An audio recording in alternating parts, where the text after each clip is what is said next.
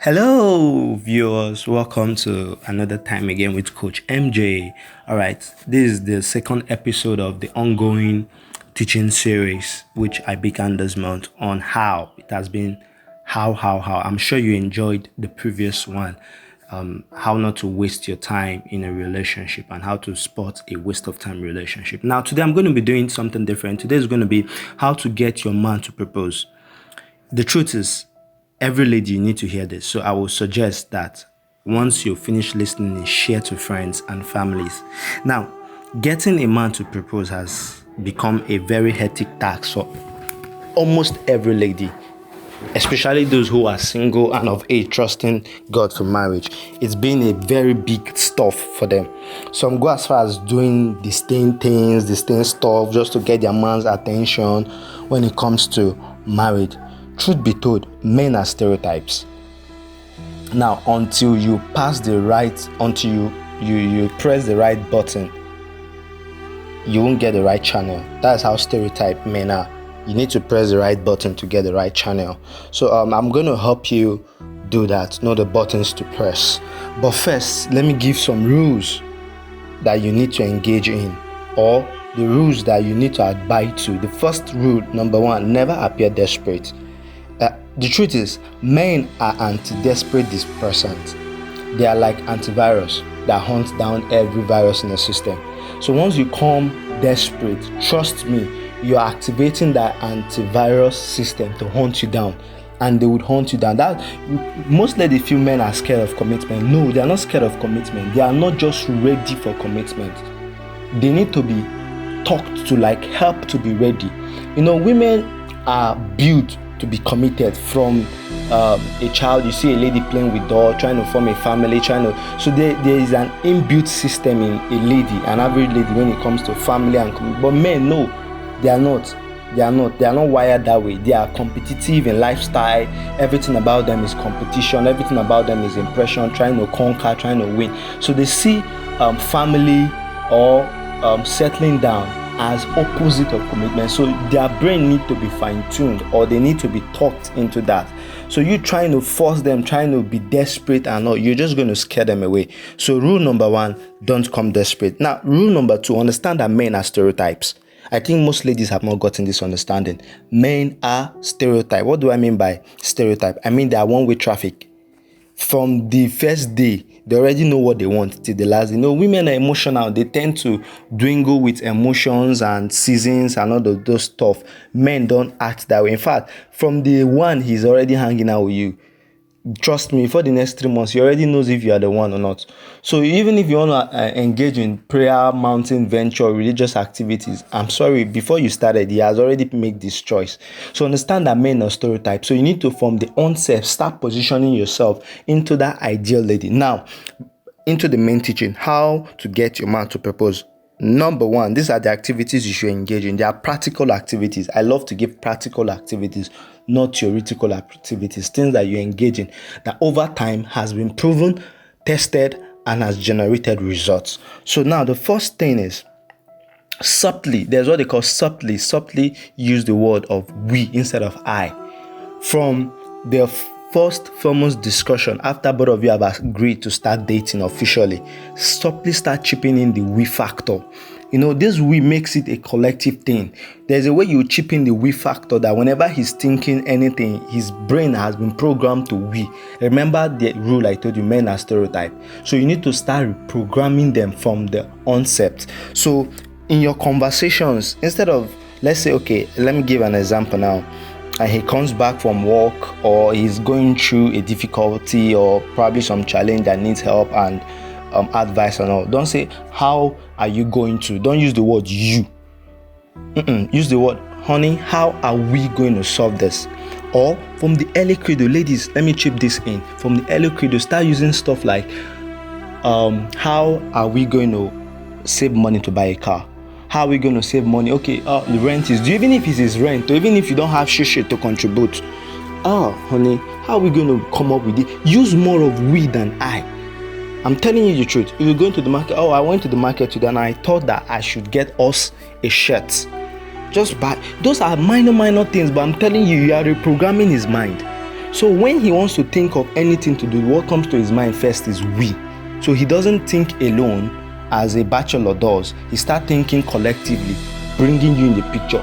Unconsciously, this program has been set into his system. It has been tested over and over again, and a survey showed how over 155 men out of 200 tested positive for this stuff. So you need to use more of we. Do not say how will you solve the challenge, how will you we from the onset. Now that's the first activity. Okay, the second one is be his confidant. This is where a lot of ladies miss it. Most ladies ask, what does the other lady have that I don't have? Why is he going outside? Is it this? Is it that? It's not about all those physical. No. Let me give you a secret. As a man, every man has someone he wants to share everything with. Someone that he wants to offload. Most of them do it with their mother. So that's why they have this cord. But be that lady, that confident, he tells everything. See, a man will marry his bestie over his girlfriend. Do you wonder why you do a manner of activities for him? You give him different styles in the bedroom. You go out with him but he still ends up with one lady somewhere. That's his confidant. Who is a confidant? All right, a confidant is someone that he tells everything to, and this person has a way of making him feel right with words or with some magical touch or something. So he's going through some problem, he's going through some challenges. He goes and tells this confidant, a friend, and that friend, one way or the other, gives him help, give him solution. He may not really have solved the problem, but just give him an advice that will help him come out of that mood, or maybe say something or make him laugh. Continuously, subtly, that person is gaining what we call the trust of a man. You see, 80% of the time, men marry women they trust more than women they love. Men marry women they trust more than women they love. Why? Love is not the all-in factor for a man.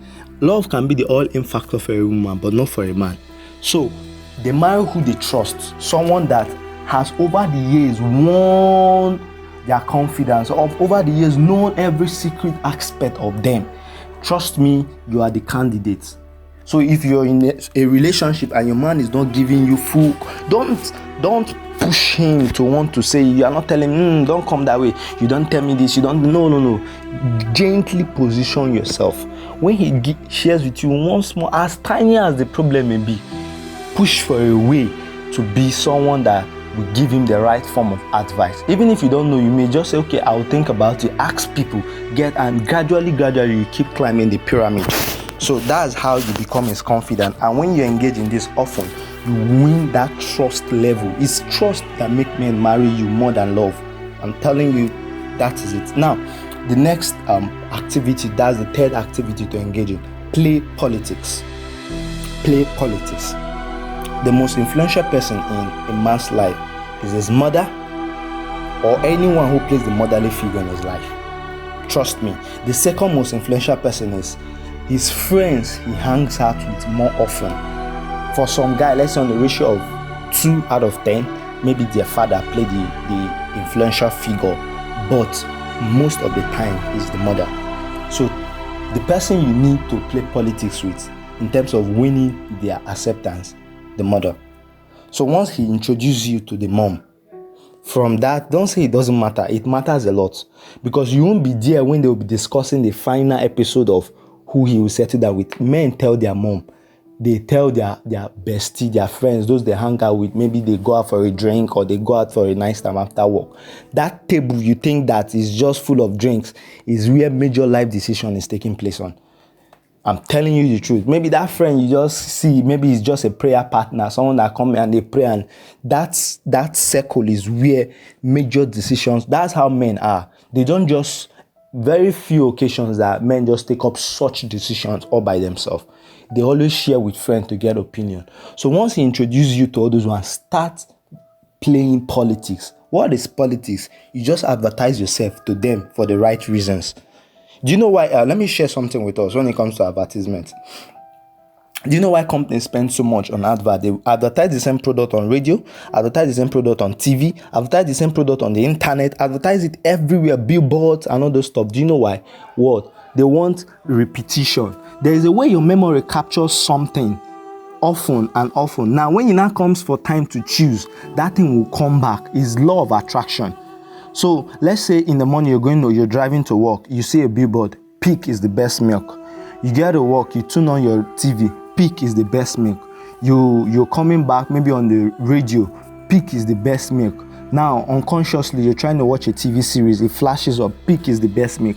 Now, the day you want to go to the market to get the best milk, that phrase, Peak is the best milk, will come up, and unconsciously you'll buy Peak. You won't even know.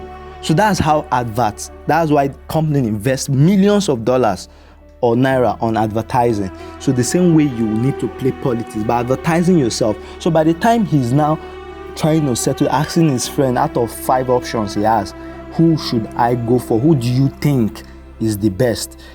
By the time that friend or that group of friends suggests you, then he goes to the mom. The mom also suggests you. Trust me, you're the candidate. Men don't just make up decisions all by themselves. They are aided. Every decision is aided by an influence. So you need to play politics. Be smart about this. And don't be deceptive. Don't try to because you want to gain or no. Don't be deceptive.